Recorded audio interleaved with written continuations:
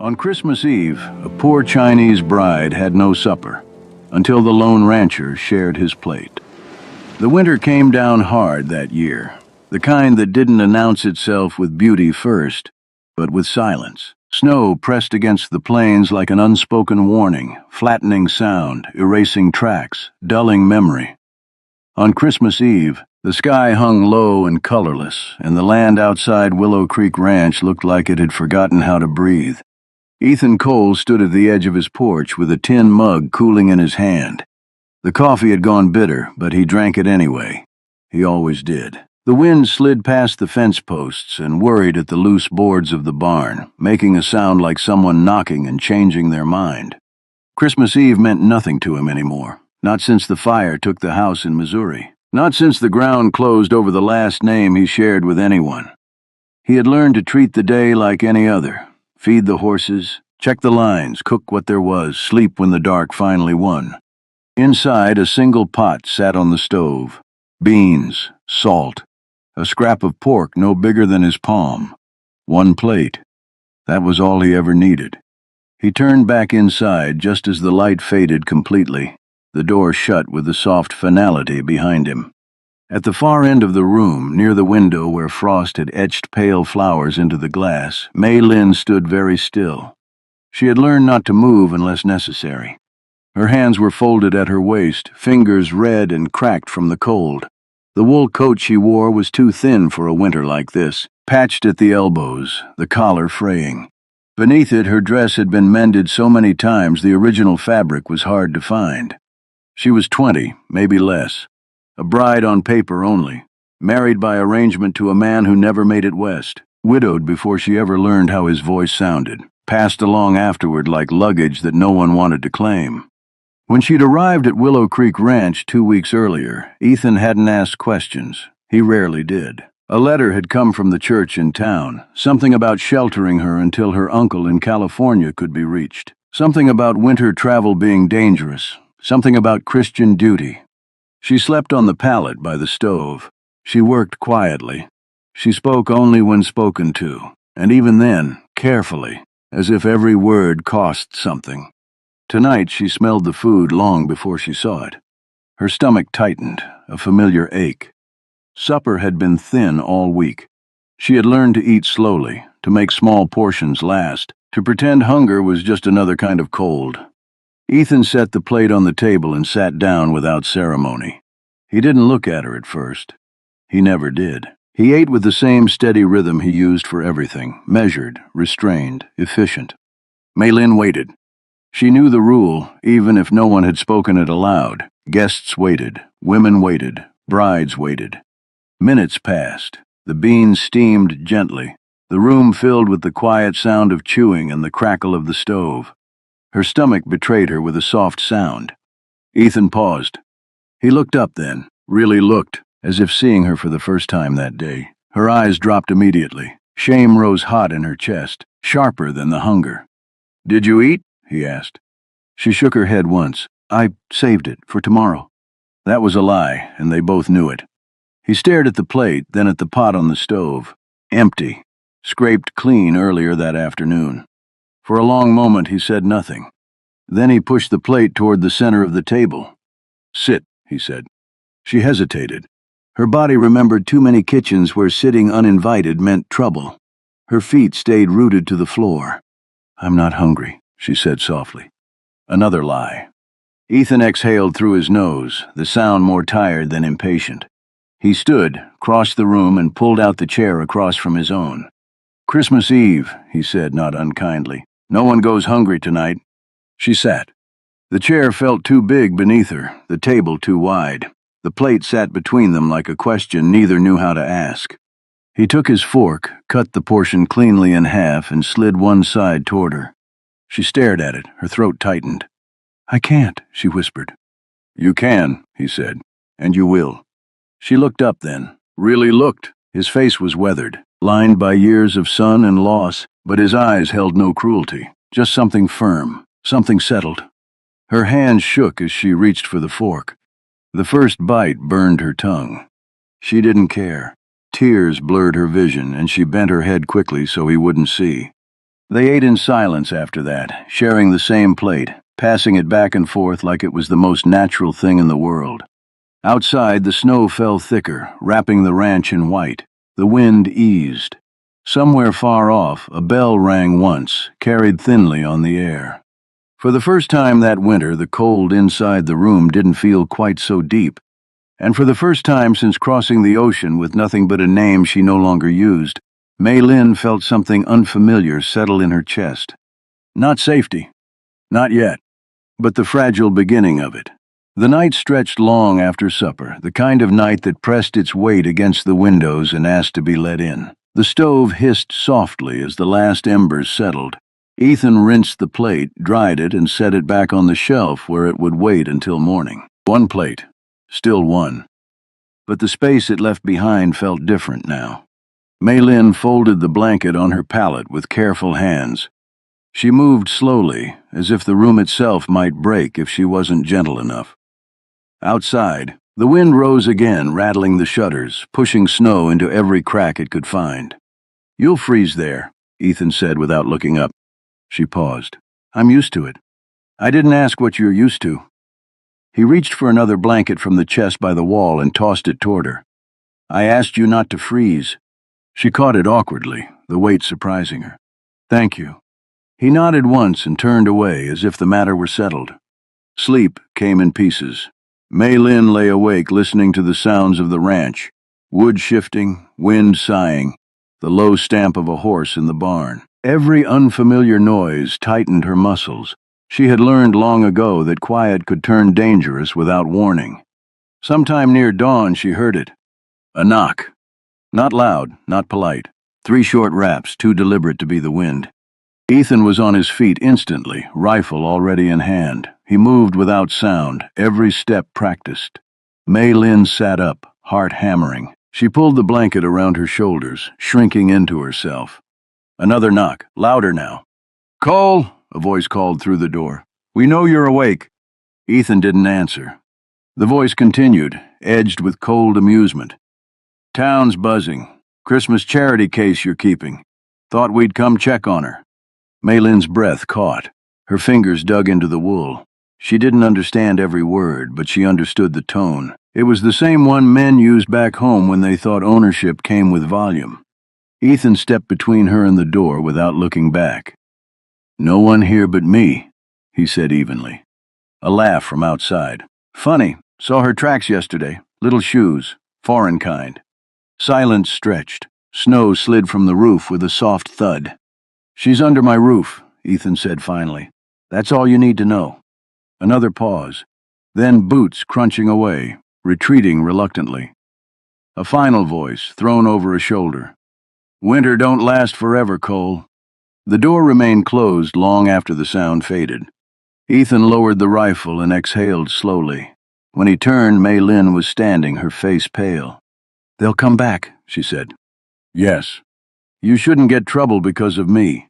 He studied her, really studied her. The way someone studies weather when deciding whether to travel or stay put. Trouble finds its own way, always has. That morning, the snow reached the windowsills. The world outside shrank to white and gray. Ethan shoveled a narrow path to the barn, his breath fogging the air. Mei Lin followed, insisting on helping despite the cold biting through her gloves.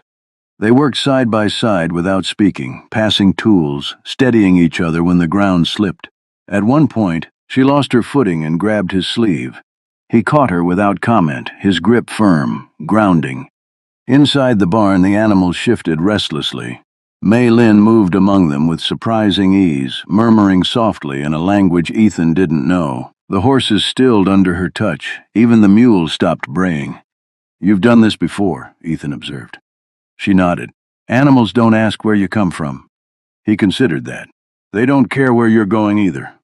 The days that followed blurred together, marked by snowstorms and silence. Food ran thin. Ethan rationed carefully, counting measures in his head. Mei Lin noticed, of course. She always noticed. One evening, she left her portion untouched. "I'm not hungry," she said quickly. He looked at her, then at the plate. He didn't argue this time. He simply slid it back toward her and divided his share again. No, she said, firmer now. You work. You need it. So do you. She met his gaze, something steady settling into her expression. I've gone longer.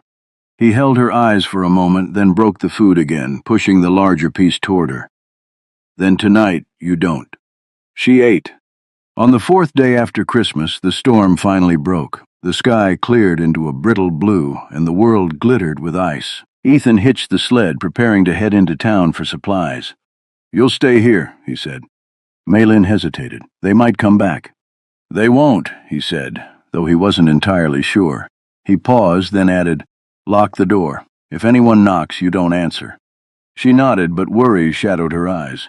He returned after dark, the sled heavier, his shoulders slumped with exhaustion. She helped unload in silence, relief loosening her movements when she saw him. That night they ate together again. 2 bowls this time, still small but equal. As the fire burned low, Maylin spoke without looking up. My name. The one I use now. It's not my first. Ethan waited. I was called Lee May, she continued softly, before. What changed? She swallowed. I was married on paper. They said I needed a new name for a new life, but the life never came. He nodded once. You can use whichever you like here. She considered that, the idea settling slowly, like snow on bare ground. Outside, the stars burned cold and bright. Inside, 2 people sat close to the fire, sharing warmth that had nothing to do with the stove. Winter still pressed hard against the walls. Hunger still lingered. Fear still waited beyond the fence. But something else had taken root, quiet and stubborn. And it was not going to be easy to uproot. By the second week of January, winter stopped pretending to be gentle. The cold came sharp and deliberate, the kind that split wood and tested bone. The creek behind the ranch froze solid, its surface cracked like old glass. Even the birds vanished, leaving the land stripped down to breath and endurance. Ethan woke one morning to find Maylin already outside. She stood near the fence line, staring at the snow-covered fields as if they might answer a question she hadn't spoken yet. Her breath drifted white and thin in the air. The borrowed coat hung heavy on her small frame, sleeves rolled, buttons mismatched. You shouldn't be out here yet, he said. She turned. I couldn't sleep. He joined her, boots crunching. For a moment they watched the horizon together, the sun pale and distant. Winter like this, he said, it makes things honest. She glanced at him. Honest how? You find out what lasts. They spent the day repairing what the cold had broken. A hinge snapped clean off the barn door. A water barrel cracked. The work was slow, hands numbing despite gloves. Maylin worked without complaint, her movements efficient, practiced. She had lived through winters harsher than this, though not with snow, different cold, same hunger. At midday, Ethan slipped on the ice. It happened fast. One wrong step, the sound of bone hitting wood. He cursed sharply, breath knocked from his lungs. Maylin was at his side instantly. Don't move, she said. I'm fine. You're not. She knelt, hands steady as she checked his arm. He watched her, surprised by the authority in her voice. She rolled up his sleeve, fingers probing gently. Bruised, she said, maybe cracked. I've worked with worse. That doesn't make it better. She helped him up, her shoulder braced under his arm. He was heavier than she expected, solid with years of labor, but she didn't falter. Inside the house, she sat him by the fire and fetched water, cloth, salve from the small tin she kept hidden among her things. Where did you learn this? He asked as she worked. She hesitated. On the ships, people got sick, hurt. We helped each other. No one else would. Her fingers were warm despite the cold, her touch careful. He found himself watching the concentration on her face, the way her brow furrowed slightly, the way she exhaled when she finished bandaging his arm. Thank you, he said. She nodded. You shared your plate. This is nothing. The words settled between them, heavier than she intended. That night the wind howled louder than before, shaking the walls. Snow forced its way under the door despite the rags stuffed there. Ethan added more wood to the stove, but the heat barely held. Maylin sat close, knees drawn up, staring into the flames. Shadows danced across her face, sharpening her features, softening them again. "Why did you come west?" she asked suddenly. He didn't answer right away. He poked at the fire, sparks rising briefly before dying. "There wasn't anything left east," he said finally. She waited. "My wife," he continued. "She wanted land, quiet, a place where no one knew our name." "What happened?" "Winter," he said simply, "and smoke." She didn't press. She knew when a story had reached its edge. Outside, something moved. A shadow passed the window, then another. Ethan was on his feet, rifle in hand despite the bandage. Mei Lin stood too, heart racing. Voices carried through the wind. "Cole!" Different this time, more than one. Ethan swore under his breath, "Stay back." The knock came hard now, rattling the door. "We know she's there," a man shouted. "You don't own her." "She's not something to own," Ethan replied, voice cold. Laughter, boots shifting. "We'll take her off your hands, make it easy." Mei Lin's hands trembled. Memories surged, hands grabbing, voices sneering, the feeling of being passed, weighed, decided. Ethan stepped forward, placing himself squarely between her and the door. "You leave," he said. "Now." Silence. Then a sharp crack. Something striking the door, testing. Ethan raised the rifle. "Last warning." A pause. The wind roared. Then slowly the footsteps retreated. Not far, just enough. "They'll be back," Mei Lin whispered. "Yes." She looked at him then, really looked, seeing the set of his jaw, the exhaustion beneath the resolve. "I don't want to be the reason you get hurt," she said. "You're not. They want me. They want what they think you are. And what am I?" He turned to face her fully. "Someone who belongs here, if she wants." The words hung in the air, fragile and dangerous. That night Mei Lin didn't sleep. She rose before dawn, quietly gathering her few things. The small pouch with her old name stitched inside, the extra scarf. She moved slowly, deliberately, careful not to wake him. The door creaked softly as she opened it. Cold rushed in, biting. "Going somewhere?" She froze. Ethan stood by the stove, awake, watching her. "I can't stay," she said, voice breaking. "Not if it puts you in danger." He crossed the room in 2 strides and took the bundle gently from her hands, setting it aside. "You don't get to decide that alone. I've spent my life being decided for. And now you're not." She looked up at him, tears finally spilling. "I don't know how to be this. Safe, chosen." He hesitated, then placed a hand over hers. His touch was warm, steady. "Neither do I," he admitted. "But winter doesn't ask if you're ready. It just comes. You learn to stand in it." She squeezed his hand, grounding herself in the reality of him. Outside, the sky lightened, pale gold spreading over the snow. They stood there together, the house quiet around them, the world waiting. Winter still had teeth, but they were learning how to face it side by side. The storm returned the following evening, as if the land itself had overheard their resolve and decided to test it. Snow fell sideways, driven by a wind that screamed across the plains without mercy. The fence line vanished first, then the barn, then the trees beyond the creek.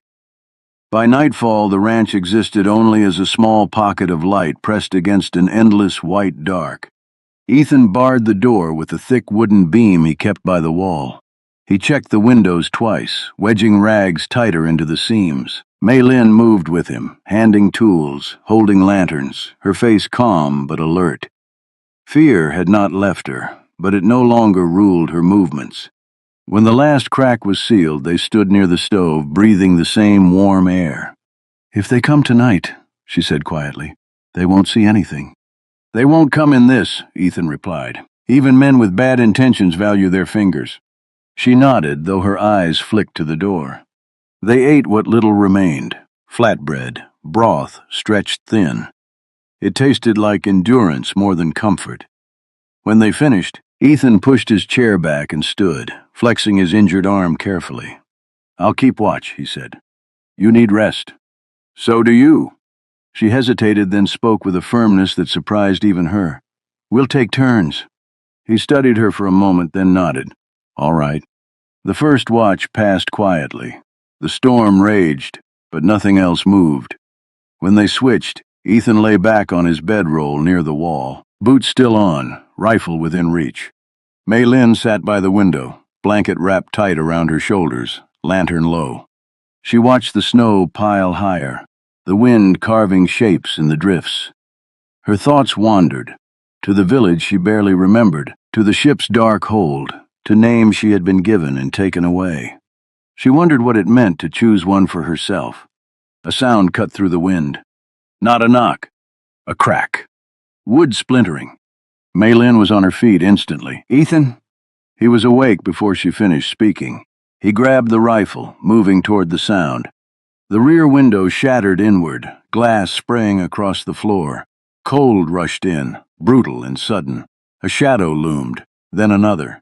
"Cole!" a voice shouted. "We warned you!" Ethan fired once, the shot deafening in the small space. A cry followed, then chaos, boots scrambling, curses swallowed by the storm. Mei Lin stood frozen, heart pounding, the world narrowed to noise and motion. Ethan reloaded with practiced efficiency, eyes scanning. Another figure lunged through the broken window. Mei Lin reacted before she thought. She grabbed the iron poker from beside the stove and swung with everything she had. The blow connected. The man stumbled back, disappearing into the snow with a shout of pain. Silence crashed down as suddenly as it had broken. Ethan turned to her, eyes wide. "Are you hurt?" She shook her head, hands trembling now that the moment had passed. I didn't think." He stared at her for a long second, then something like pride flickered across his face. "You did exactly what you needed to." They worked quickly, blocking the window with boards and furniture, hands clumsy from cold and adrenaline. When it was done, they stood amid the wreckage, breathing hard. The storm swallowed everything again. They sat by the fire afterward, close enough that their shoulders touched. Neither pulled away. "You could have run," Ethan said quietly, while they were distracted. She shook her head. "I've run my whole life." He looked at her then, really looked, as if seeing her not as someone passing through, but as someone standing. The night wore on. The storm did not relent. The fire burned low, then lower still. Sometime near dawn, the cold crept in despite their efforts. Mei Lin shivered, her teeth chattering. Ethan noticed immediately. He added the last of the wood, but it wasn't enough. The heat barely reached the corners now. "Come here," he said. She hesitated only a moment before moving closer. He wrapped the blanket around both of them, pulling her against his side. His body was warm, solid, a barrier against the cold. She stiffened at first, old reflexes flaring. Then she felt the steadiness of his breathing, the careful way he held her, leaving space even as he shared warmth. Gradually she relaxed. The storm raged outside. Inside, the world narrowed to the crackle of dying embers and the shared rhythm of breath. "Ethan," she said softly. "Yes. If I stay, it's not just until winter ends." He understood. "I know. I won't leave when the road's open." He swallowed. "I know." She turned her face toward him, close enough now to see the flecks of gray in his beard, the lines etched deep by sun and grief. "I don't know what comes next," she whispered. "I only know I don't want to face it alone." He tightened his arm slightly, just enough to let her know she was held. "Then don't." Outside, the storm began to ease, the wind losing its edge. Inside, something shifted, not loud, not dramatic, but permanent. When morning finally broke, pale and quiet, the world outside lay buried and still. And inside the small ranch house, two people sat wrapped in the same blanket, watching the light return, knowing the hardest part of winter had not been the cold. It had been learning to stay. Spring did not arrive all at once. It came the way healing often does, quietly, unevenly, in moments easy to miss if you weren't paying attention. A drip from the eaves at noon, a patch of dark earth showing through the snow near the fence, the creek's surface cracking, then giving way with a sound like a long-held breath finally released. Winter loosened its grip slowly, as if reluctant to let go of the two souls it had tested so thoroughly. The men never returned. Whether fear or conscience finally caught up with them, Ethan never knew. He repaired the window properly once the cold eased, replacing broken glass with steady hands. Mei Lin watched from the doorway, sunlight warming her face for the first time in months. They did not speak of leaving. They did not speak of staying. They simply lived as if the choice had already been made.